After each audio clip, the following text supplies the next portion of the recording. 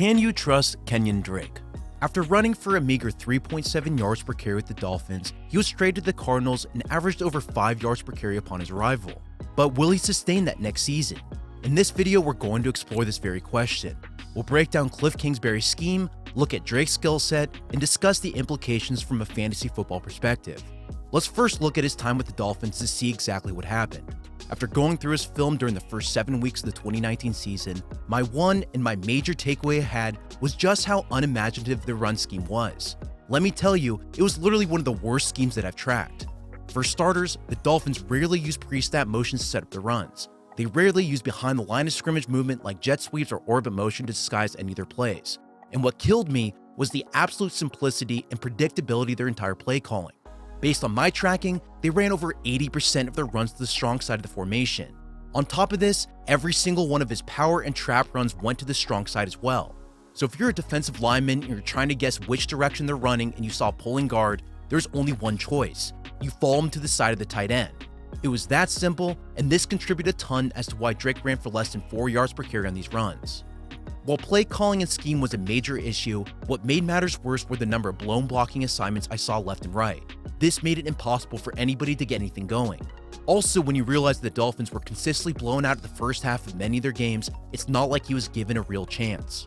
Now, after painfully going through all of his film during the first 7 weeks, we can then fast forward to week 9 after he was traded to the Cardinals. Arizona sent a conditional 6th-rounder to acquire him. To say that this was an effective trade would be a complete and total understatement. In Drake's first week with his new team, he put up 110 yards on just 15 carries. Here's my favorite play from this game, and it came on his very first run. The Cardinals ran a run-pass option pairing a bubble screen on the right with a one-back power as the base run. After motioning Christian Kirk from the outside into a stacked alignment, Kyler Murray made his decision to hand the ball to his running back based on the count of the defense. He saw that there was a safety and 2 cornerbacks outside the hash marks. This gave the defense a 3-on-2 advantage. This is why Murray handed the ball to the running back. The offensive line then executed the run portion of this play. The right guard pulled to the opposite side, while the left guard and left tackle formed a combo block on the 3-tech defensive tackle. Meanwhile, the 2 tight ends pinned and pulled the defenders on the right side of your screen. Drake took the handoff, followed his pulling guard, and then cut to the outside of the left tackle. Once he broke into the second level, he put his foot into the ground, stiff-armed the linebacker, and finished this run for a 36-yard gain. What I like about Drake is that he's surprisingly slippery in space. He knows how to turn on the jets at the exact right moment in order to avoid a tackle.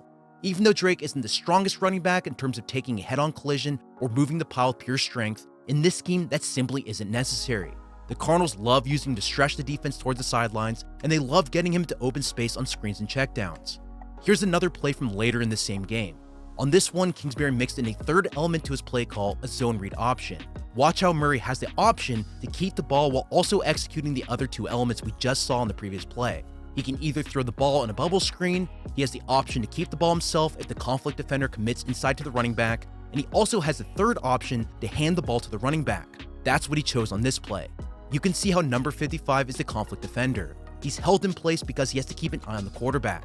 If he commits to the running back, Murray can torch the defense outside with his speed. Because of this hesitation by the edge defender, it allows the offensive line more time to secure their blocks. That's why this play is so effective. In this scheme, you don't have to commit a backside blocker to the end man since your quarterback does that job himself.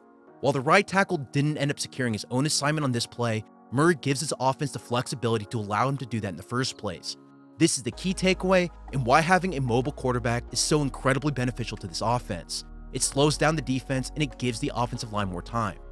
Now, this play featured excellent blocking from the Cardinals. They overloaded the left side of the line of scrimmage, sending 4 blockers against the defense's 3. Clearly, there are a ton of running backs that could have made this exact play. However, the main point and the reason why I wanted to show you this play in detail is that it opens up the field for Drake. It gives him the opportunity to get started without backfield penetration, which allows him to do what he does best. This is something he simply didn't have with Miami earlier in the season.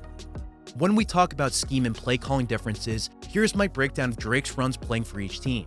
As you can see, the Dolphins scheme was pretty varied in the type of plays that they ran. They used a mixture of power, gap, and outside zone, whereas the Cardinals, on the other hand, focused much more heavily on the inside zone run game. They then mixed in gap and power principles as changeups to their play calling. This kept the defense honest. Last season with Drake, they didn't run outside zone nearly as much as the Dolphins did. What I like about this scheme in Arizona is how well the passing game and running game pair together to form their variations. Their runs don't look the same on any given snap.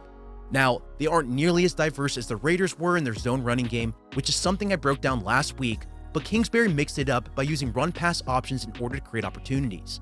They ran these on 20% of Drake's carries, which allowed him to gain extra yards. According to my tracking, he averaged 6.6 yards per carry whenever the Cardinals used a run-pass option as an element to their play design. It's a really effective tool, especially with Kyler Murray at the helm of this offense. In addition to the RPOs, something I mentioned earlier was that the Dolphins rarely use pre-snap motions. Also, they mostly ran to the strong side of the formation. This is why I argued that they were so predictable last season.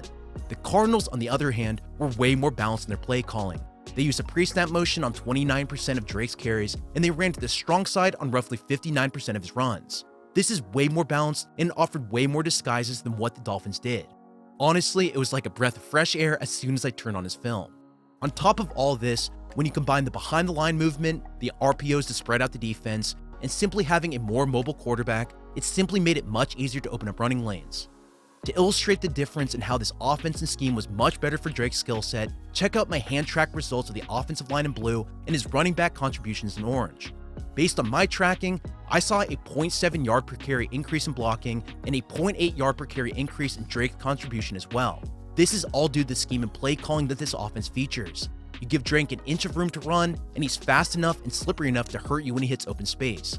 This is why he's so much more effective with the Cardinals than he was with the Dolphins. Simply not having to deal with backfield penetration on every other snap helped. He has always been much better at running full seam at the line of scrimmage and making his cut, as opposed to dodging a defender in the backfield. Having the Cardinals scheme and how well it pairs with the offensive line, it allows him to do this. Now, I mentioned just a moment ago that Drake's not the best at dealing with behind-the-line penetration.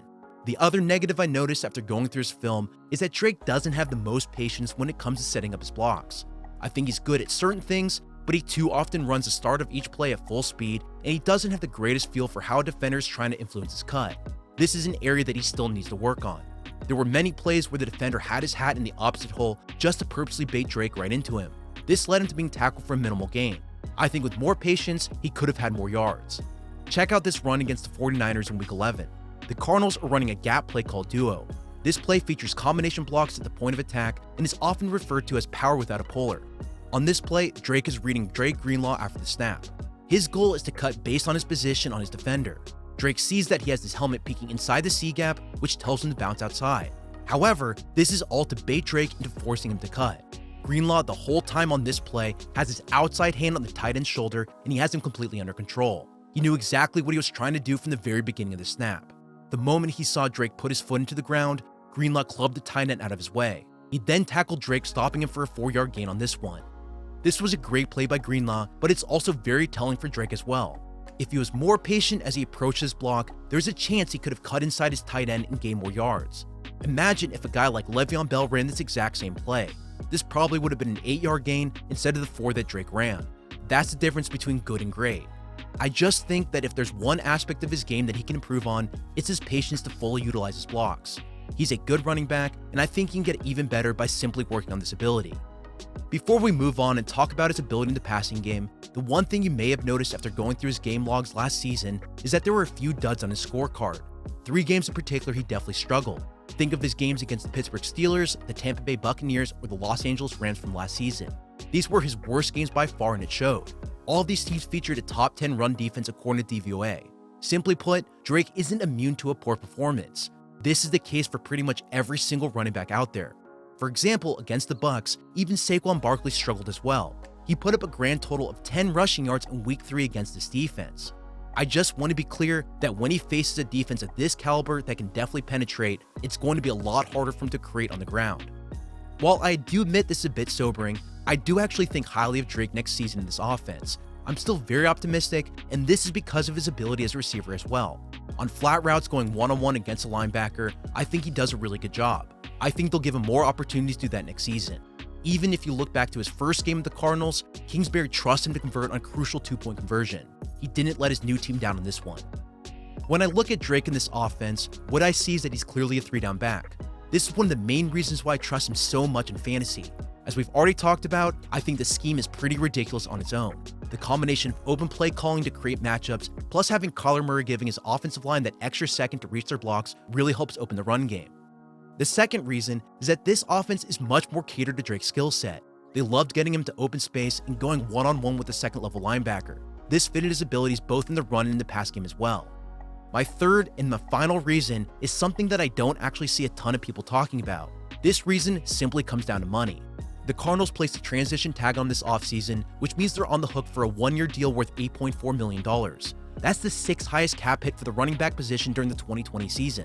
For context, that's more than Melvin Gordon's new deal with Denver, it's more than Saquon Barkley's rookie contract after getting picked second overall, and it's more than what established veterans like Todd Gurley got in the open market.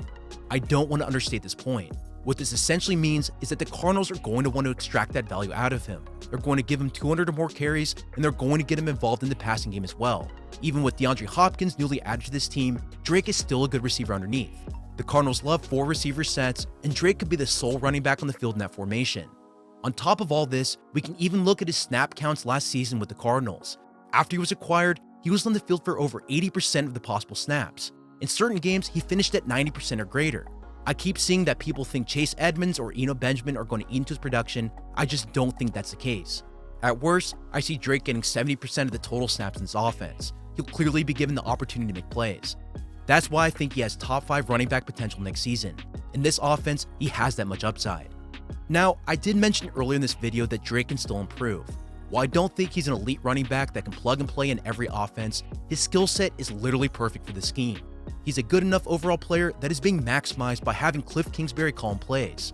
That's why I'm so excited to watch him next season. Seeing him rush for over 6 yards per carry and score 7 touchdowns in the final 3 games gives us a taste for what his upside can really be. Don't be afraid to grab him early in your draft, because I think what we saw last season is just a small preview of what he can really do. Well, that's all I have for you in this one. If you enjoyed this video, make sure you subscribe to my channel. Also, if you support me on my Patreon, my fantasy football rankings are now available in the link below. I broke down all 4 positions recently, so make sure you check out those videos before your draft. If you want the Excel version for all of my rankings or a custom draft sheet, all it takes is just a $1 a month donation, and I'll gladly update those all summer long. Until next time, take care of yourself, and you can follow me on Twitter at SamuelRGold.